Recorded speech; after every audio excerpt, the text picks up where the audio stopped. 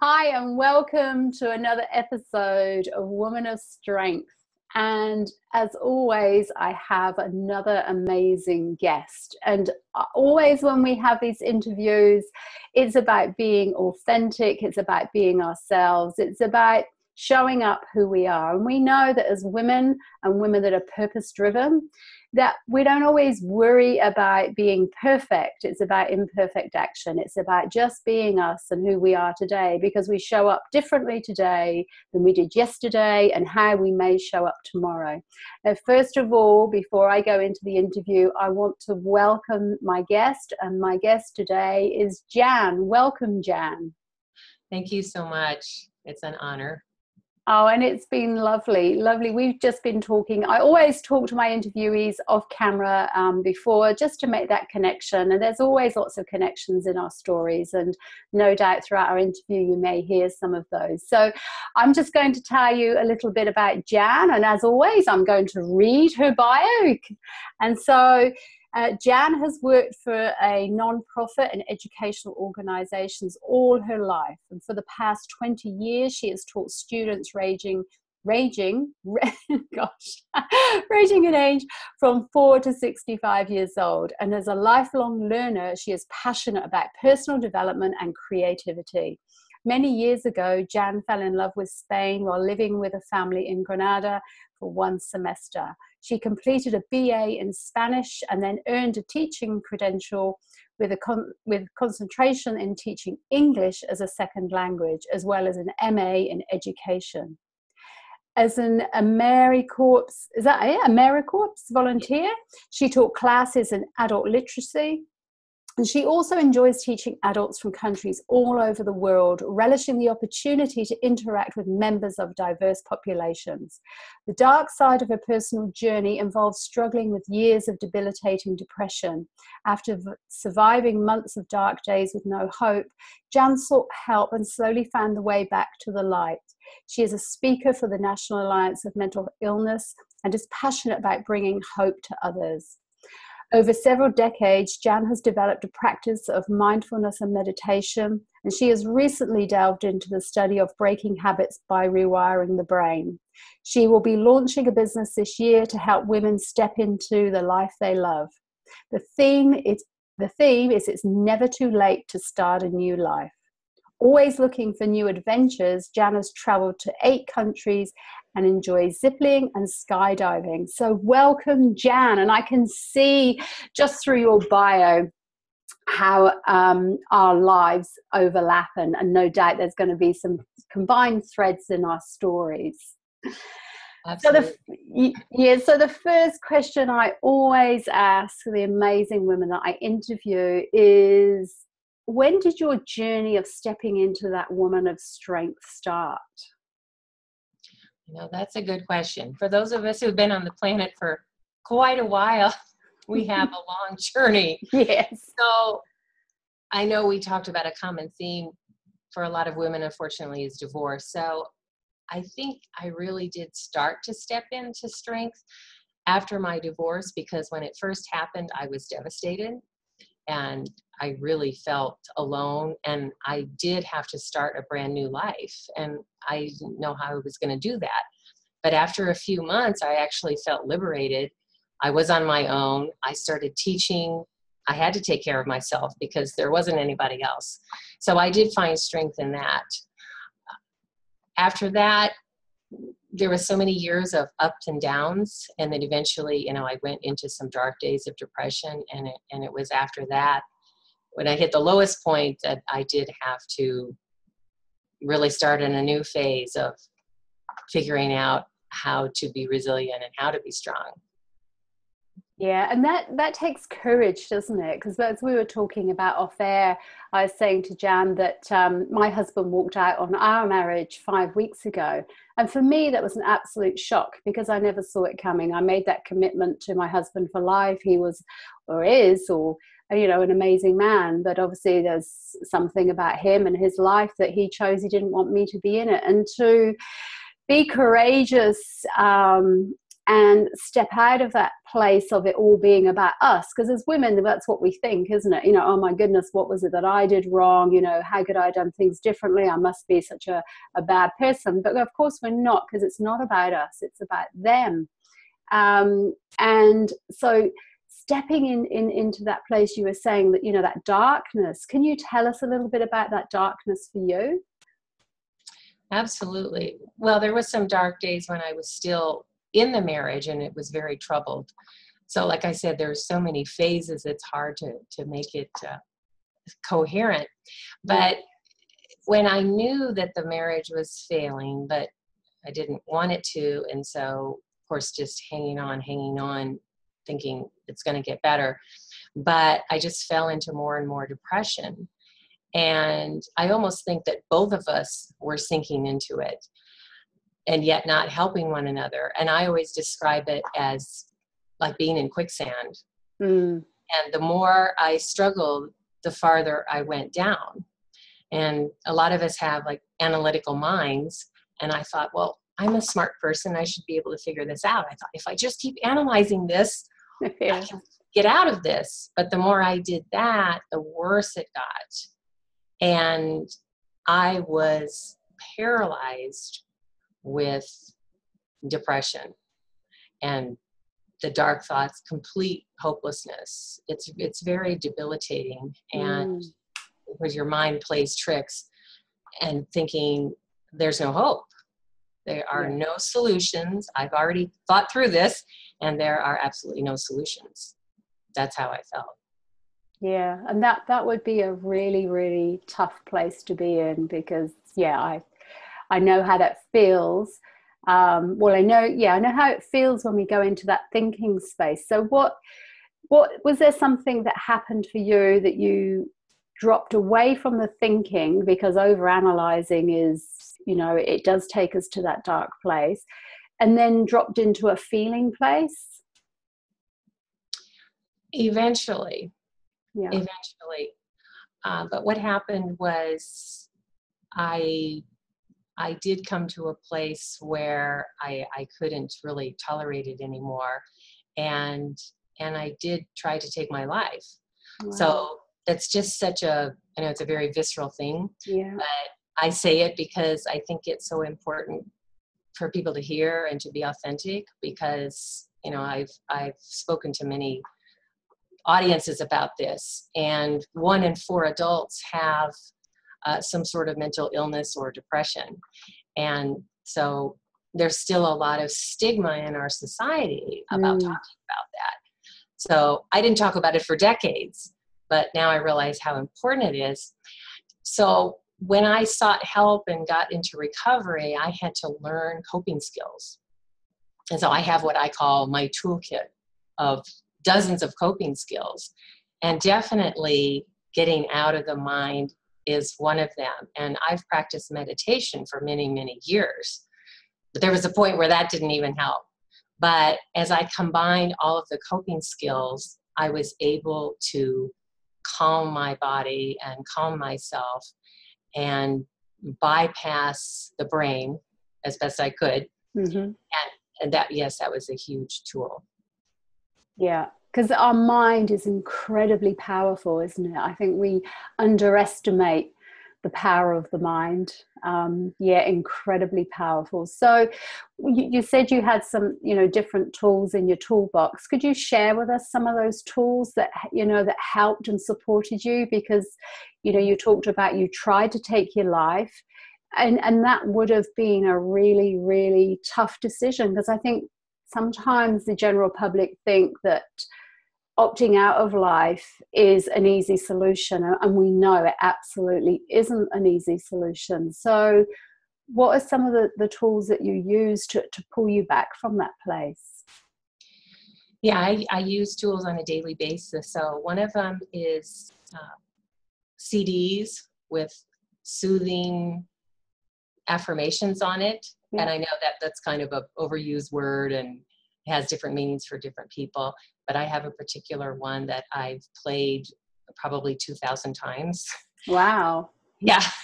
When I was in what I call dark days, I had nightmares. And I hated that because, during the day, every moment really was just suffering, this mental anguish. Yeah. And at night, surprisingly, I was able to sleep, but some people don't sleep, but I could sleep, but I had nightmares, and I had nightmares of being lost.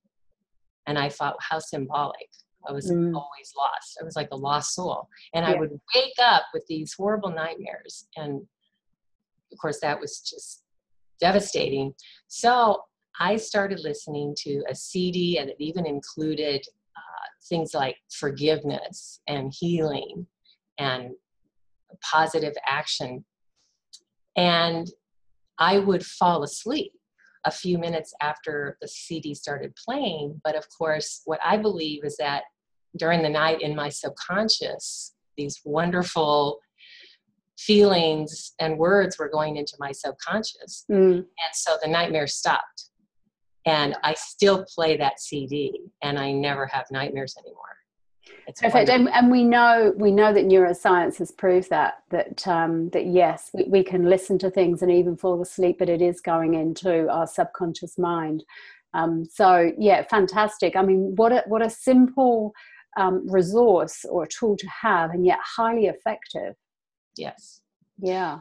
There are other things, and some things sound so simple. And to be honest, some of the things I tried before when I was in the dark days, and I was so far gone that I really couldn't get out of it. So of course we need support.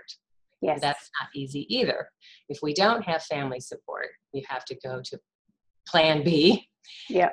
And so I had some friends, but honestly, I hated to burden my friends with my problem. And there was a few that I could get some comfort from, but in some cases, you really need professional help. But I was able to convince myself that I had to have support. And so I do have a spiritual community. I do have an intimate circle of friends, not a large one. And people have to be selective sometimes. And something I've learned is that I cannot put myself into situations that trigger negativity. So I cannot be around people that are not good for me. Yeah. And so I gained support from that. But I love YouTube so much. I just bathe myself in inspirational videos, inspirational music. I'm constantly listening to uplifting music at home, in the car, everywhere. I had to figure it out. We were talking about some of us are technologically challenged, but yeah. I'm going to figure out how to download those songs and put them on my iPhone so that I can. Sometimes, when there's too much going on in the mind, I say, okay, I am going to close my eyes and listen to this beautiful music or meditation. Meditations, like you said, you've talked about meditation, you've talked about affirmations, and another tool that I use on a daily basis is gratitude. The power of gratitude is so powerful. When we list all the things that we're absolutely grateful for, it just, again, it switches that switch in the mind, doesn't it? It's like, wow, I have got so much. Because when we're suffering a loss, whether it's a loss of, whether it's a divorce or whatever type of loss it is, we focus on that loss, that we grieve for the future that we thought we were going to have. And I certainly know that's been my situation, and I'm sure everybody else is out there that's in a similar position.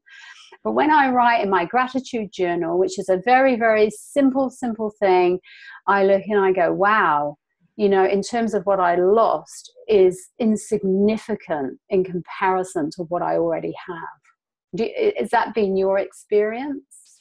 Oh, absolutely. I have a gratitude journal from many years ago. Yeah. And I do use that technique. I use that tool. But I also had to learn a lot of self-love. Yes. Forgiveness, which we talk about a lot, but I didn't really practice it. And I've listened to a lot of inspirational talks about that. And I'm sure I haven't arrived, but I'm so much better at forgiving myself when I don't do everything right. And because if I feel guilty, that just brings the vibration lower. And so I do practice forgiveness. I love creativity. I love art. And so I have so many cards where I've written in big letters things to remind myself of. Actually, I have a stack of like 4x6 cards of things that I want to remind myself of, and I'll just flip through them.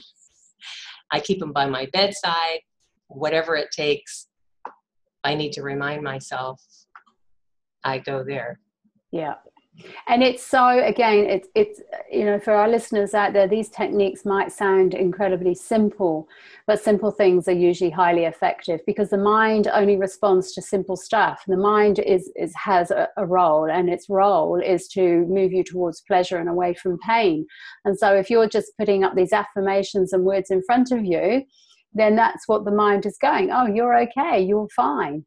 And I love that, because one of the things that I've done through my separation process currently is I've written in red lipstick, because I love red lipstick, on my bathroom mirror is, you've got this. And I have got it, you know, and on the days that I think, oh my goodness, I haven't got it, you know, I haven't got this together, I just walk into the bathroom and there it is on my mirror. And it is, like you said, it's that constant reminder, isn't it? Because that's all the mind needs. It just needs a trigger to say everything is okay. Because when we're in this space up here and we're going around and around on the hamster wheel of negativity, it can be hard to get out of it. And so if the mind just sees something really quickly, you've got this, it changes that thought pattern straight away. So yeah, I love that you've got those cards. That's a wonderful idea. So I do. I like the mirror idea. I've used that too. And yes, I found out that you can use dry erase markers. Yes. Great idea. yeah, it is. And it's just putting it wherever, isn't it? You know, on your mobile phone, on your screensaver, on your laptop or your PC, you know, places where it's like things like I say to my clients, you know, on your sun visor in your car.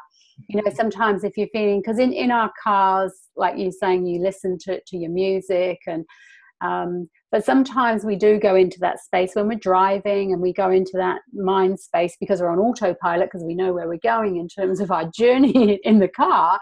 But the journey of life sometimes starts going on up here, and sometimes it's just flick down the sun visor, there's an affirmation there, and it's like, okay, back up again. So yeah. So tell us more, Jan. I'm really interested in about the work that you do for, is it the Depression Alliance? That it's the National Alliance of Mental Illness. Yes, it's called NAMI for short. Yes. So tell us more about that. What's that about? Okay, it's a wonderful organization that I found about 3 years ago when actually I went into another episode of depression. And I knew I was at a dangerous point. I was at a crossroads, and I thought, oh my goodness, here I am again. I need to make a choice. And I made a choice to get help. And, you know, I got some medical help with that. But when I found NAMI, the National Alliance on Mental Illness, they have wonderful resources. We have a huge office here in San Diego, although it's a national organization.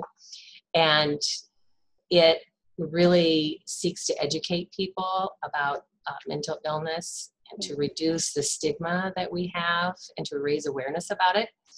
It's a real hub of resources, but in other words, it doesn't directly necessarily counsel people, but it will connect people to the resources that will help them. But they have many support groups for people suffering from something like depression and groups for family members. And when I began training for the speaking, was really the first time I sat in a group with complete strangers. And it was the first time that I felt safe in talking about this. Yeah. And the person next to me started sharing about their journey that was the same journey as mine. And I thought, wow, he went through the same thing I did, and he just told everybody in this room. And we're all safe. And I can say it too. And there wasn't the judgment. Yeah. And we spent a whole weekend training for how to be a speaker. And I just love the program because it's called In Our Own Voice, which means that we only speak about our personal experience in our own voice. So we go to hospitals and crisis centers, even at women's shelters, talk to law enforcement, universities, many, many places about talking about mental illness. And I talk about my journey. It's very fulfilling. And it's just one piece of what they do there. Great. It sounds very fulfilling. And that, you know, like you're saying, that first group that you went to and that person sat next to you was telling their story, I'd imagine that felt quite empowering for you too, to be able to speak and tell your story as well. Yes, going back to the authenticity, I love that theme, and I know you do too. Mm. And I just got so tired of hiding because I've been hiding my story for years. And there's still, and you know, one has to be wise, and I still pick and choose, you know, the venues or the forums or when I want to speak about this, because not everyone is going to understand it. We're not going to be able to educate everybody immediately. Yeah. And, but for a while, you know, I worried about my image and my privacy, but I'm able to figure out now when is an appropriate time to share. And it's so liberating to be able to talk about it now. And of course, what I found out is as soon as I start talking about it, people will say either, oh, I've experienced that too. Or some family member or a friend has experienced the same thing. Yeah. And they're hungry to hear about it. I love that. Yeah, absolutely. And people are, because, you know, life can be quite challenging, and we, you know, we are individuals, we are unique, and we deal with challenges very, very different. And I think sometimes the outside world, it does make judgments, you know, how we deal with a situation. Because I certainly know from my perspective, in terms of the situation I'm currently in, people will look at me and go, you know, you're incredibly strong, you're going to get through this, and, you know, you've got all the resources available to you. And it's like, yes, that's true. But also I'm human and I'm vulnerable, and I have those dark moments. As I said to you off camera, there's been, over this last 5 weeks, there's been two real black times when I thought, I just want to opt out. I just want to opt out. And none of my tools or resources that I've learned over my 30-year career would have made any difference to me at that point in time. But what made a difference is, and I think you mentioned it earlier, is asking for support. And so I reached out to someone that I knew I could trust and just picked up the phone and said, this is how I'm feeling. You need to get around here right now, because if you don't, I don't know what I'm going to do.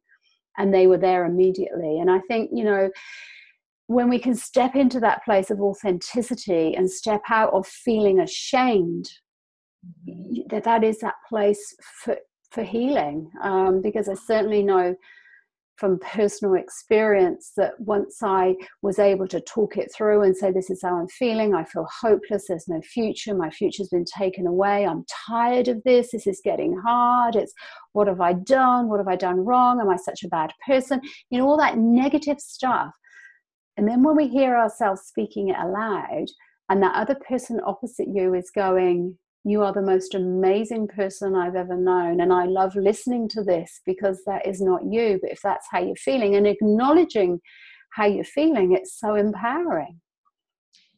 It is. I'm glad you said that, because we need some TLC, some care. And I've shared that with some people when I feel it's appropriate, because there are many, many myths about depression and how to treat people, and most people don't know what to say, so that's why they don't say anything, or they say something that's not helpful. And when I get a website, I'm going to have a whole list of this is what would be, you know, very helpful to say. And I just wish that when I was in the dark days, I just wish that somebody would have just taken my hand and said, I love you, I support you, and I'm just going to sit with you and be with you. That's what people need. Yes, yeah. And I think, I don't know about you, Jan, but personally for me, when family and friends are going, but you'll be okay, you're strong, I didn't want to hear that because I wasn't okay. You know, it's like, actually, I'm not okay. Can you not see? I'm on my knees, I'm bawling, I'm out of control. Does that look okay to you? And I think, yeah, it's like, there's nothing okay about that. No, I remember friends said, you're strong. And I'm like, no, I'm not strong. I'm not strong right now. Yeah, exactly. And it is that, I mean, I for me personally, it's that moment by moment. And I think, as I said off camera, mindfulness has saved my life, because when I step into that moment of mindfulness practice, when I've let go of all that darkness for that moment and then stepped into that, I can start seeing the light again. I mean, what advice would you give our listeners if they're feeling in that place, that place of despair and hopelessness? What advice would you be giving them? Probably, first of all, no matter how serious it is, but if it is serious, the best thing, of course, is to get support and help, which kind of sounds simplistic. And I heard it myself, but it really is important to seek either support from friends, or if you have to get, treatment. And I resisted that, and I wish I had not resisted that. And some people think, again, I had terrible fear about repercussions, about judgment, about stigma, and then even literally thinking, what's going to happen to my health insurance? Sadly, we have that problem.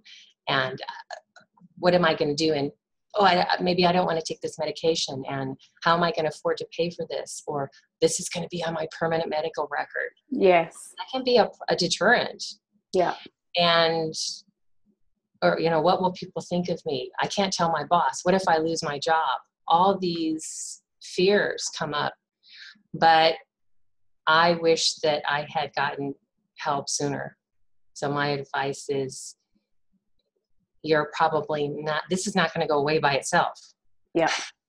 You need to take a step to help yourself recover. Yeah. And the more we talk about it, I think, isn't it? The more we talk about it, that's part of the healing process, because when we hide it from people, we're keeping it inside. And when we're keeping it inside, we're ruminating on it, we're analyzing it. And it feels like there's no escape route for all of those thoughts. Whereas when we're talking to people about it and we can hear ourselves talking out loud, certainly for me personally, when I hear it, I go, oh, actually, it doesn't sound as bad out loud as it does going on in here. That's true. Well, my wish for everyone is that there would be somebody for them. Yeah. One person for them that they could depend on, that they could trust, that they could seek help from in any way that they can. Yeah. Definitely. It's better to, honestly, I think it's better to have a personal connection with someone, because it kind of feels, I don't feel that good about, just call the 1-800 number. I don't know. I don't have personal experience with that, but I would much rather have a personal connection with somebody. Yeah. Than to call a number and God forbid you're put on hold or something. Yeah, and I also think, what I've done, I don't know if you've done the same throughout my life, is like there's always one person that I can say, if life gets tough, can I call you? And they've always said yes, anytime, day or night. And I think, if we can, because I think that's a bit about proactive action, isn't it, for the future, because we do get in stages of our life that we didn't anticipate happening, and then we have all those overwhelming feelings coming up. But if we've already had a trusted friend, family member, or whoever it is to say, I might appear to be a strong woman, but there's possibly going to be times in my life when I don't feel so strong. Would you be there for me if I could, could I call you anytime, day or night? And I think once someone gives that permission to say, yes, of course, it's not so hard. I'm not saying it's easy to call them either, but it's not quite as hard. Whereas if we're sat there thinking, who do I call, because all my friends think I'm strong and now I'm going to let them know I'm weak, I'm a failure, I'm a fraud, all that stuff that goes on in our head. So yeah, one of my suggestions would be, find that person now before you even get in that place. And then if you ever do fall into that place, you know, you feel like you have got that support, because there'd be nothing worse, like you said, ringing an 0800 or 1-800 number and then say, oh, can you be, you know, you're on hold, you're fifth in the queue, because that's just going to reinforce what you're feeling about yourself. I can't imagine. Yeah. Yes, that's a great tip. And finally, to everybody, please be sensitive to that and be willing to be a support for people, because there's some of us, I was in that place where I didn't have very many people that I could count on. And I had one person who was out of the state. And so I could talk to them on the phone, but they were not going to be able to come over and help me. Yeah. And there was only that one person who is sensitive to that, because she is trained in therapy. So she was very wise, and you have to be pretty brutally honest about it. And she was the only person who ever asked me the question that's hard to ask. She said, you can't just say, are you okay? She said, are you going to hurt yourself? Yeah. And sometimes you have to ask that question. Yeah. Yeah. And it's the kindest question. It's a hard question to ask, but it's one of the kindest questions you can ask as a friend or a support person. And the next question on from that is, are you going to hurt yourself? And if you know your friend's response to that is yes, the next question on from that is, so how are you going to do it? Because then we know if it's planned and how vulnerable they really are. Yes. Yes, I've had that happen to friends, and they had to, and actually one of them was in another state, and they just had to call the police. And you know, that's a drastic situation. But you know, I've had friends that have lost their life, and that was one thing that motivated me to join the National Alliance on Mental Illness, because in a matter of 1 year, I knew 4 people who lost their lives. And I just said, this is just too much. Yeah. Actually, one thing I did, I'm a Toastmaster. I love speaking at Toastmasters. And the next week I said, I'm speaking on this. And I thought, I don't care what people think, if, you know, they judge me for it. But I did a speech and I said, it's time to talk about this. And it was this time when Robin Williams, the actor, took his life. Oh, wow. Yes. And I said, we have to talk about this. And I said, oh, when somebody famous does that, then everybody talks about it. And 2 weeks later, we've forgotten. Yes, off topic, isn't it? Yeah. Yeah, absolutely. So, Jan, for you, what's the next part of your journey? So you talked about, you know, you're going to get a website up and running and a business. So tell us a little bit about that and how we can connect with you. Yes, I'm very excited. Part of my new journey is I'm stepping into the life I love. Yeah. I'm a teacher, and I really would love to retire. And I want to tell women that it's never too late, which can mean a lot of things. Yeah. It's never too late to start a new life. It's never too late to have an adventure, to start a business. I know somebody who just turned 75 years old and she got a boyfriend. Wow. Let's hope for us all. Okay. That's confirmation. Yes. And I have a wonderful coach that I just adore. And he's helping me to put together a program to help women. It's, as you know, it's a lot of work. Yes. And it's very fulfilling though. Especially when you have the background that I have to live my purpose to be on the planet. Absolutely. Because that's my calling.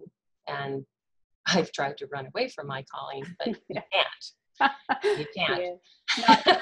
No, it's so, it's just so part of who we are, isn't it? It's and you can't describe how you feel about it. there's no words, is there? I mean, I just find there's no words. When you're purpose driven, it's in your heart and soul. It's what drives you through life, and nothing is more important. And when I say nothing is more important, I don't mean family, friends, relationships, but it's a completely different level, isn't it? It's a completely different vibration. And so I get that. And women listening to us today, to this interview, will get it, because this is very much, my target audience is very much purpose-driven women. And so they get it. There's that yearning deep in their soul that they just can't switch off, and it's just there. So I love it. So, your business is purpose-driven. It's something that you've got a desire in your heart to do. So it's going to be successful. And like you said, age is never going to be a barrier. Well, my focus was coming into focus. And for a while I felt, wow, I'm not really clear on this. I just don't know how I resonate with this, how authentic I can be with this. But then it started coming together, and I realized that I wanted the theme to be, it's never too late, but I wanted to tell women that it's time for them to be the star in their own show, because so many women our age have spent their lives deferring to their family, deferring to their job, deferring everything. So I said, get off the deferment payment plan. Like, it's time for you, because how can we help other people when we haven't taken care of ourselves?